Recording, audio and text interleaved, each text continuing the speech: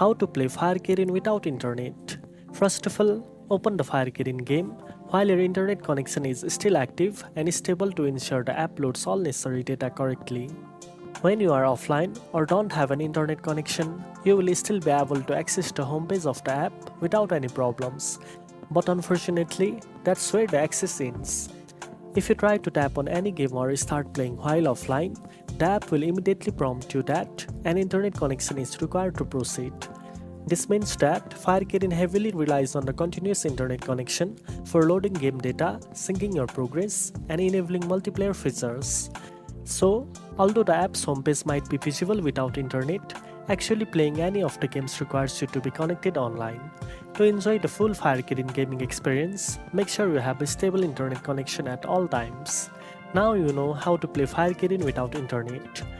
If you found this video helpful, don't forget to like, share and subscribe for more gaming tips. Thanks for watching and I'll see you in the next one.